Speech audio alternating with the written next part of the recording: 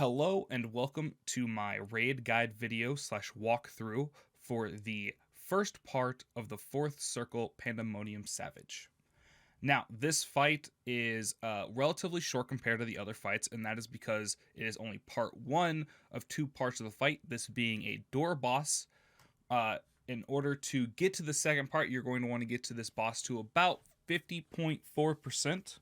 The DPS window in the first week is kind of tight, so make sure that you can do accordance with that. Most groups I ran with, if there was one death, we had to wipe because we weren't going to make the DPS check.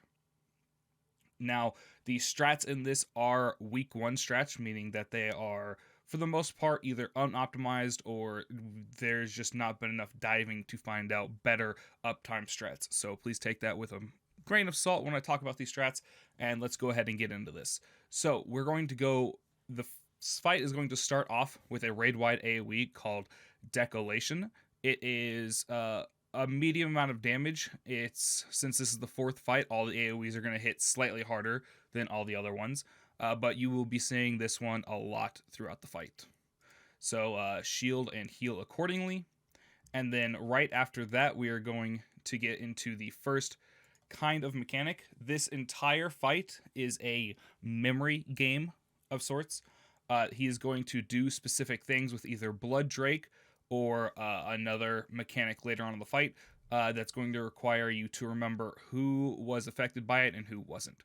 So for this first one, the first blooddrake, those who are not tethered by it are going to be handling a certain part of the mechanic, a later part of the mechanic.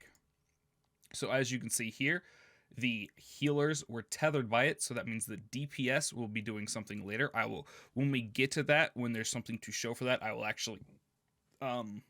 actually explain it more, but I would rather get to it first so that way there's visual context. He is then going to cast aetheric. This move just augments his ability, causing this doesn't come into a point later where you need to remember this exact one, because when you know it's happening, what follows by is going to be the exact same thing as the first time. So this is nothing to be remembered. Next is blooddrake again. Now, as you can see, the DPS are being tethered. It is random. It's either going to be tanks and healers or DPS, and both bloodrakes are random to which one it will do. Now, both of these, since we were tethered, that means tanks and healers will be doing that part of the mechanic coming up. And here is that mechanic, Director's Belone. This mechanic requires to pull back on the previous memory of who was tethered and who wasn't. When this finishes casting, it's going to give 4 people a debuff. We have nicknamed it COVID. I think the actual is roll call. Now, those who took the tether, or those who didn't take the tether for the second blooddrake, will be the ones that are going to need the roll call debuff. I will go ahead and let it hand it out. All right.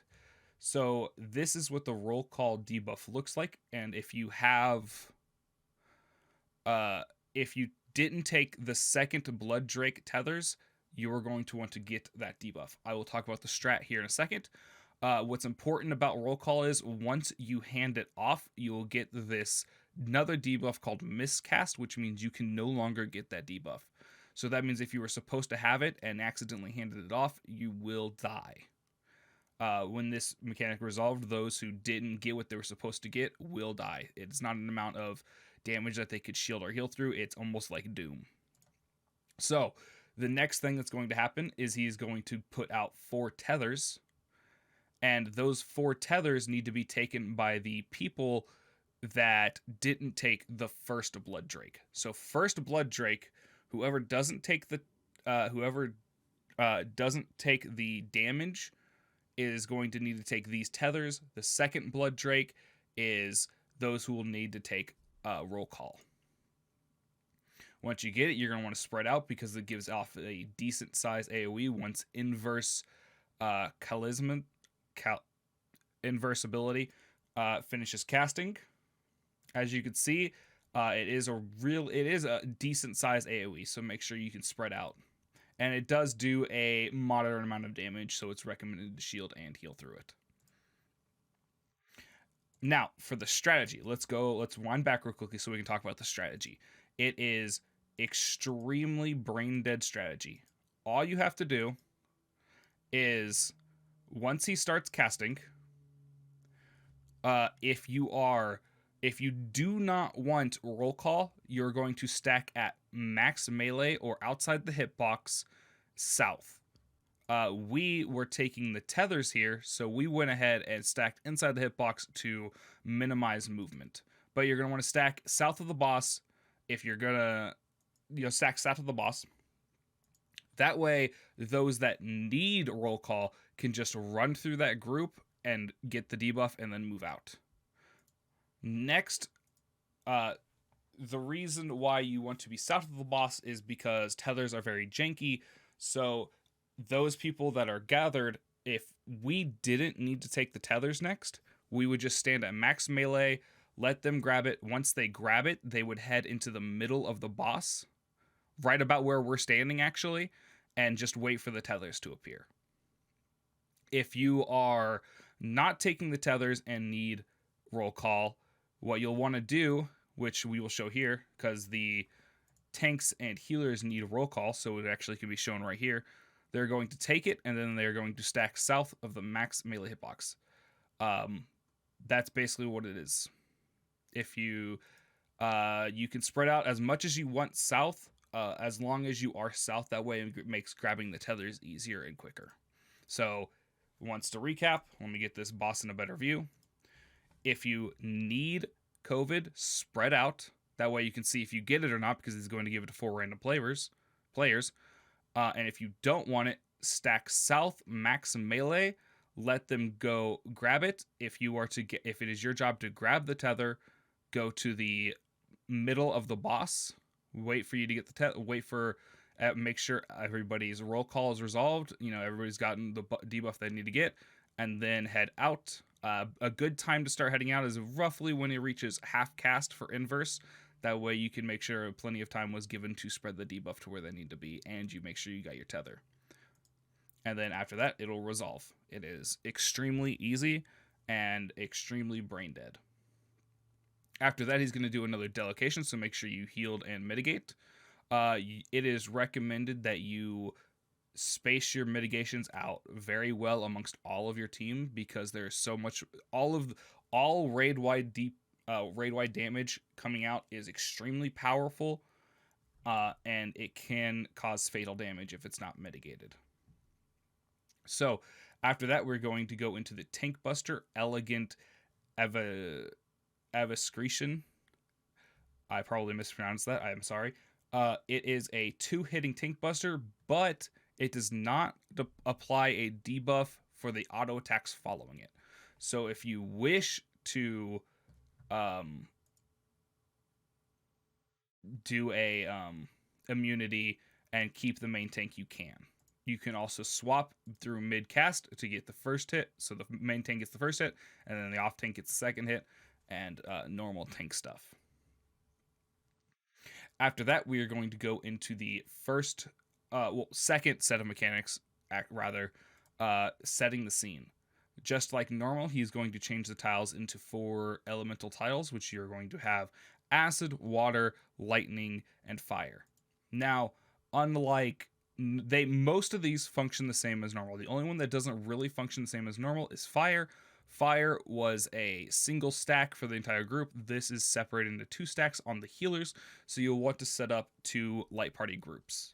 It is best to do group 1 being melees, group 2 being range. That way group 2 can just stay and group 1 can move in to make sure you give the appropriate amount of room. After he changes the scene, he's going to start casting Phoenix. For uptime, it is a good idea to bring the boss down towards between water and fire. That way you're able to resolve most of the mechanics and be in generally the same area to allow melees to keep uptime. He does cast it very quickly though, so you want to bring him down there as fast as you can. Usually his middle of his hitbox will get midway through if you just straight up just walk it down there the second it spawns in and losing uptime for it. So Pinex is going to activate 2 squares whenever he casts it. Lightning is the proximity, poison is the spread. So what we're going to do here is we're going to move to the edge and spread out. Now it's either going to be lightning or water first, and then either fire or acid. Those are the only 2 combo. Well, for multiple combos I can do, but water and lightning will always be first. After that spreads, we're going to move into the middle because he's going to immediately teleport and start casting Southerly Shift, as well as another Phoenix is going to start casting. So we can see here that the water is activating. I wish to hold this just for a second to bring a very important note that I forgot to address. As you can see here, whatever element is going off, that square is no longer safe, because as it's going off, that square will also erupt. It can be shielded, it can be healed, however, it does apply damage down, and with how tight the DPS window is, you might not be able to meet it because of it. So he can go into any direction for the Southerly Shift, and just like in normal, either his sword will glow or his cape will glow. If his sword is glowing, he's going to do a cone attack in front of him. If his cape is glowing, he's going to do a massive pushback that will send you to the other side of the arena. So for this, water's going to happen. Water's going to be a pushback, and this is going to be a cone. I activated my anti-knockback just for that reason right there. The water's going to go off. He's going to teleport and do the cone. And then, as you can see here, another one is going off. This time it's fire. It's always going to be the opposite of what happened the first time, the first PNX. So we're going to spread into our groups, and then that's going to resolve, and then that is the majority of this part done. Now, for DPS sake at uptime, as you can see, I just used my 120. It is best to use your 120 after this goes off. That way you can make sure everybody's together, because there's a whole bunch of spreading and knockback happening. You don't know if you're going to get everybody inside your buffs. So it is good to hold your 120 till then. You don't really lose a 120 because of that, because of this fight's duration. After that, we're going to get another tank buster like before, and then we are going to go into another type of memory. So he is going to cast another blooddrake, and he's going to tether all of the players and 3 tiles. Whatever tile is not tethered is going to be the safe place for a later mechanic. So as you can see here, acid is not done, so we typed in chat to make sure we remember that green is safe. And then he casts setting the scene once again. This time you don't need to move him, because he's not going to do anything tile related besides that one mechanic where green is safe. So this next mechanic is going to be the orbs from the normal version, but with a slight twist. One of the biggest twists is it's going to work like, if you remember Emerald Extreme, how 2 people needed to take the orbs. That is how it's going to be. 2 people are going to need to take these orbs. So the strategy we devised is Vengeful Belone is going to apply a debuff on you called acting roll here. I say roll because it's going to insert certain rolls. Tanks and heroes will get acting DPS, and then the DPS will get acting tank or acting healer. I'm going to let our characters move into position to show you what needs to happen. So, acting tank, first off, for tanks and healers, healers are going to go into the southeast quadrant here. Tanks are going to go into the northeast quadrant. Now for this side, those that get acting tank are going to go into the southwest. Those that get acting healer are going to go into the northwest. This is going to become important later. You need to make sure you're in the positions to properly bait everything. Elemental Belone is going to provide another debuff, or rather buff, elemental resistance down. And then he's going to cast a blooddrake on everybody. There is nothing to remember with this one. This is just damage. After that, he is going to start casting Belone's Burst, which is going to spawn the orbs. And this is how you're going to very quickly and easily solve this. The tank orbs spawn up here, the healer's orbs spawn right here, and the DPS orbs spawn right here. How you resolve this is you run to your cardinal positions. So you run across to your cardinal. I was in the south, so we ran north. We grabbed the first one. We run in, get some quick shielding and healing, and then we grab the second one, and then we immediately start going to the safe quadrant because he's going to cast Puricatoy, something like that, which is going to cause all 4 squares to explode, and the one that was marked as safe earlier, or the non-tethered square, is the one that's going to safe explode. It's still going to do damage, but it's not going to provide it's not going to kill you or do a damage down. As you can see like that, it is now resolved, and we can head into the next phase of the mechanics, which is going to start with a blooddrake. This is nothing to remember. It's just going to do damage to everybody. And then after that, we're going to go into Belone coils. Belone coils is going to be the towers, but it's also going to be a memory game. So as you can see here, tanks and healers can no longer be in these towers. So the DPS need to go to their assigned tower coordinates. And then he's going to start casting inverse. He's also going to have these tethers. So the tanks and healers that aren't able to go into the towers need to make sure they grab these tethers and move out. The best way to do this is once the towers spawn, those that need to go inside the towers, go inside the towers. And then those who can't go in the towers, go to the middle, spin around a little, and then go to your assigned cardinal positions. This is just to make sure that all the tethers are picked up. Nobody stole your tether. As you can see here, it was done right. It does these little orbs. The towers go off.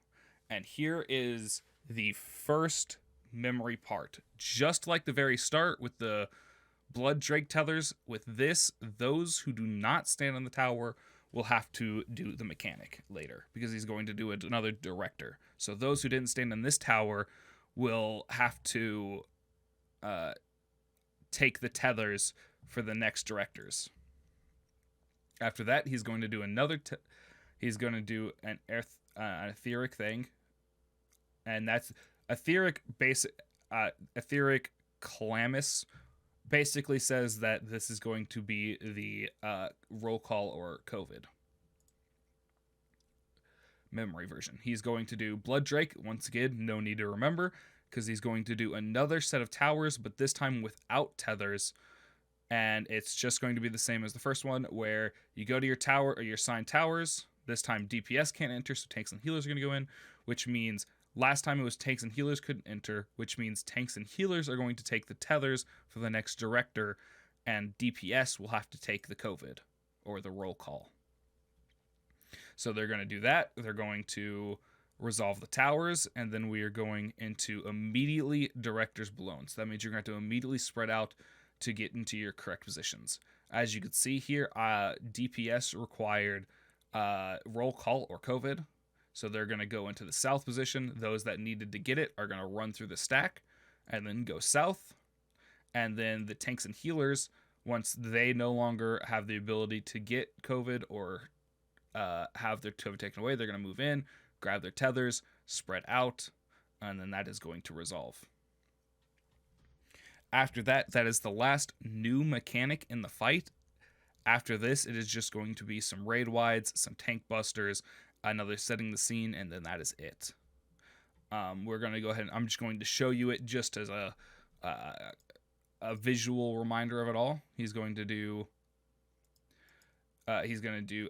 tank buster.